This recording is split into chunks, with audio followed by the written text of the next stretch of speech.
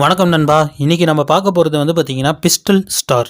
Pistol star வந்து பார்த்தீங்கன்னா luminous blue வண்ணத்தில் வந்து பார்த்தீங்கன்னா இருக்கும். நீல வண்ணத்தில் ஒளிரும் நட்சத்திரம் தான் பிஸ்டல் ஸ்டார். கிட்டத்தட்ட பூமியிலிருந்து வந்து பார்த்தீங்கன்னா 25,000 லைட் இயர்ஸ் தூரத்தில் வந்து பார்த்தீங்கன்னா இது இருக்கும்.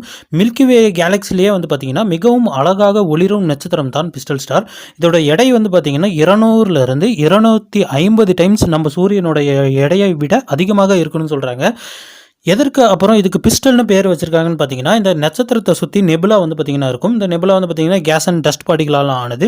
இந்த நெபுலா வந்து பார்த்தீங்கன்னா பிஸ்டல் வடிவத்தில் இருக்கும். அதனால அதற்கு பேர் வந்து பார்த்தீங்கன்னா பிஸ்டல் நெபுலான்னு சொல்லுவாங்க.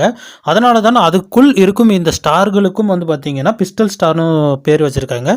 பிஸ்டல் ஸ்டார் வந்து பார்த்தீங்கன்னா மிகவும் இளமையான நட்சத்திரம் தான். கிட்டத்தட்ட 40 லட்சம் வயது தான் அதுக்கு வந்து பார்த்தீங்கன்னா ஆகுது. சிறிய வயதே இருந்தாலும் அதோட அதிகமான எடையை ரொம்ப வேகமாக வந்து பார்த்தீங்கன்னா அது இழந்துட்டு வருது. அதோட வெளிச்சம் வந்து பார்த்தீங்கன்னா ஒரே மாதிரி இருக்காது. நிறைய ஃப்ளக்சுவேஷன்ஸ் வந்து பார்த்தீங்கன்னா இருக்கும்.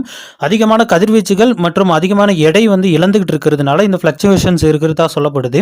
இந்த நட்சத்திரம் வந்து பார்த்தீங்கன்னா மனித கண்களுக்கு வந்து தெரியாது. நம்ம கண்கள் வந்து பார்த்தீங்கன்னா அந்த கலரை பார்க்கறதுக்கு அவ்வளோ சென்சிட்டிவ் கிடையாது. இந்த நட்சத்திரத்தை வந்து பார்த்தீங்கன்னா infrared observation, radio observation, Hubble space telescope வழியாக தான் நம்ம வந்து பார்த்தீங்கன்னா அப்சர்வ் பண்ணியிருக்கோம். இந்த பிஸ்டல் ஸ்டார் வந்து பார்த்தீங்கன்னா ரொம்ப ரொம்ப அழகான ஸ்டாராகவே இருந்தாலும் நம் கண்களுக்கு இது வந்து பார்த்தீங்கன்னா எளிதில் தெரியக்கூடிய ஒரு ஸ்டார் கிடையாது. நன்றி.